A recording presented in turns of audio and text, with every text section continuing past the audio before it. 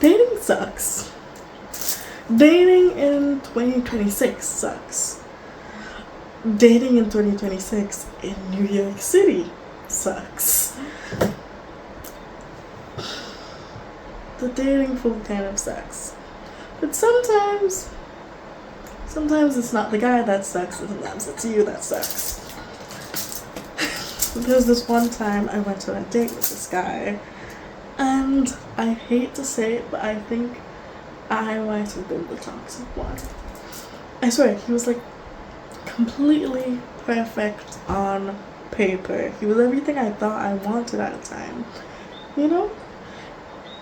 But we're getting ahead of ourselves. So this guy, let's call him Mr. Picnic. Mr. Picnic was cute. Mr. Picnic was good looking, first of all. He was good looking, he was very masculine, he was very traditional, he was absolutely a provider, he was very marriage oriented as well.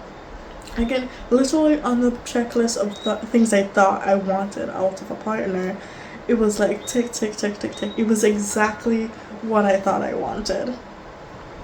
Especially after coming out of a breakup where a lot of the reasons why we broke up was because I felt like my ex wasn't as, traditional as I'd have liked him to be. He wasn't as definitely traditional, So I thought coming out of that, you know what? I want a nice traditional guy who knows what he wants, who wants to start a family in a couple of years, who wants to get married, who, wants to really values that role as a man, as like a protector, a provider, and all that nice stuff, right? So I meet this guy, again, Mr. Picnic. He is the sweetest. He takes me out, again, I call him Mr. Picnic because a lot of the dates he took me on were picnics. Again, super romantic, super thoughtful, a lot of effort was put out. We'd go on these picnics, he'd buy all these foods, we'd go on these picnics and we'd sit there and he'd be, on his phone. And it was like, okay, cute. At first it was like, oh my god, this is cute. But then it's like, okay, he's not really paying attention to me. Alright, we'd go out on dates to the bars, and I'd be dancing. I have the type to dance. There's music, there's dancing. I want to be a part of that. And he would go outside, he'd take a little smoke break, and all I could think is, oh my gosh, I wish he was dancing with me. And then I realized that even though like Mr. Picnic is kind of Mr. Perfect on paper, we didn't really have a lot of things in common. Not only was the fact that English was not his first language and he couldn't speak English very well, so we also had the absolute worst language barrier. We had the worst language barrier, but also it was just, I don't know. He was everything I thought I wanted out of a partner. But of course, nothing I wanted out of a friend. And I think that's the important part.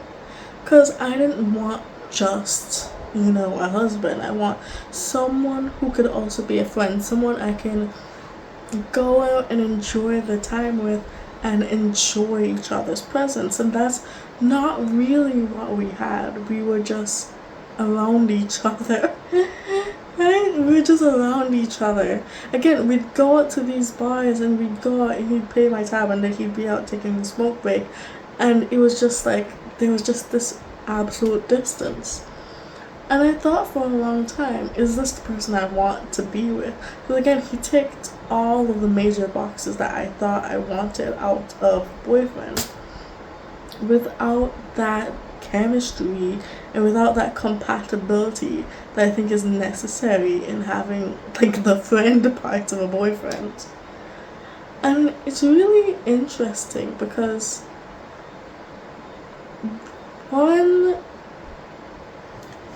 something I struggle a lot with is when is it, settling, and when is it, when is it refusing to settle, and when is it just being unrealistically picky?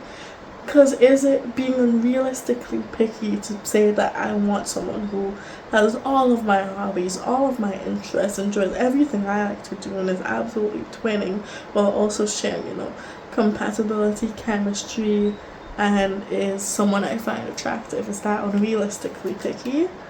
Maybe. But at the same time, I don't really see myself being in a relationship with someone unless it's someone who I really feel that connection to.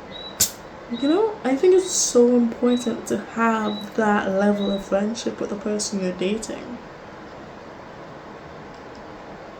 So I did end it. Admittedly, not in the best way. I ghosted him, which again, I apologize. Again, sometimes we are the ones that mess up in these relationships. Sometimes, again, this guy is doing everything right and then he gets ghosted by a girl. He's probably thinking, Jesus Christ, the dating scene in New York is awful. And it's kind of really interesting to think about like the opposite side of that coin, where a lot of the times we complain like, oh my gosh, the dating scene is so awful, oh my gosh, there's no good partners left. And then we really don't really think about how we're contributing to there being no good partners left. I'm sure all of us have made a little mistake once or twice, especially in the dating scene. But we're all just trying to find that person that we have that compatibility with. Find our person. And sometimes it's not the guy that you think it's going to be. Sometimes it's not the guy who checks all the little boxes. Sometimes it's just the guy who you enjoy hanging out with.